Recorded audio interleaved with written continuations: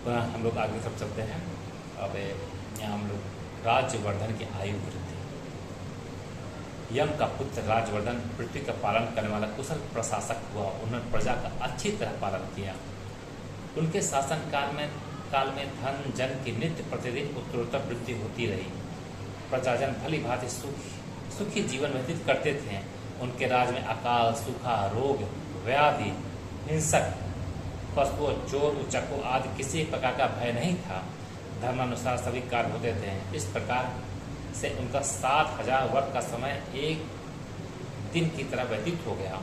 राजवर्धन का विवाह दक्षिण देश के राजा विदुरथ की कन्या मानिनी से हुआ। एक बार रानी मानिनी राजा के सिर में तेल मालिश कर रही थी कि रानी की आंख से आंसू कुछ बूंदे राजा के शरीर पर टपक पड़ी। वहां और भी राजपुरुष उपस्थित थे। राजा ने रानी से अश्रुपूरित नेत्रों को देखा। उसका कारण पूछा। रानी बिना उत्तर दिए, बिना शब्द के रोने लगी। राजा ने बार बार पूछने पर रानी ने उनके सिर में पके हुए एक बाल को दिखाया। राजा मुस्कुराते हुए बोले, हे रानी, तुम्हारा रोना व्यर्थ है। कारण मैंने यज्ञ, दान, धार्मिक अनुष्ठान, संतान वृद्धि, प्रजा पालन, सभी प्रकार के वेदों का अध्ययन, मित्र के साथ हास परिहास, वन विहार आदि सभी कार्य तो किया है। इसलिए चिंता की कोई बात नहीं है। प्रत्येक प्राणी, बच्चा, जवान, बूढ़ा व फिर मृत्यु को प्राप्त होता है। मेरे बाल पकने लगे हैं, यह मेरा भाग्योदय हो गया है। मेरे बाल पकने लगे, यह मेरा भाग्योदय हो गया है। अब मेरा वन में जाने का समय आ गया है। अब मैं वन में जाऊंगा, अतः तुम्हें रोना व्यर्थ है।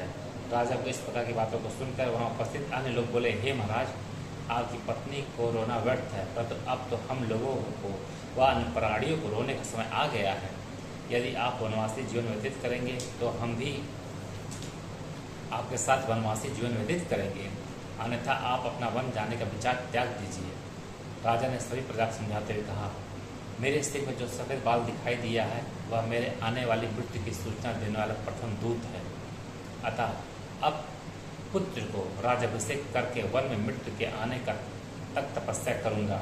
सभी प्रजाओं, ब्राह्मणों, मंत्रियों, वृद्ध पुरवासियों, भृत्यों आदि के राजा को बार बार न जाने का आग्रह करने पर भी राजा ने वन जाने की जिद को नहीं छोड़ा।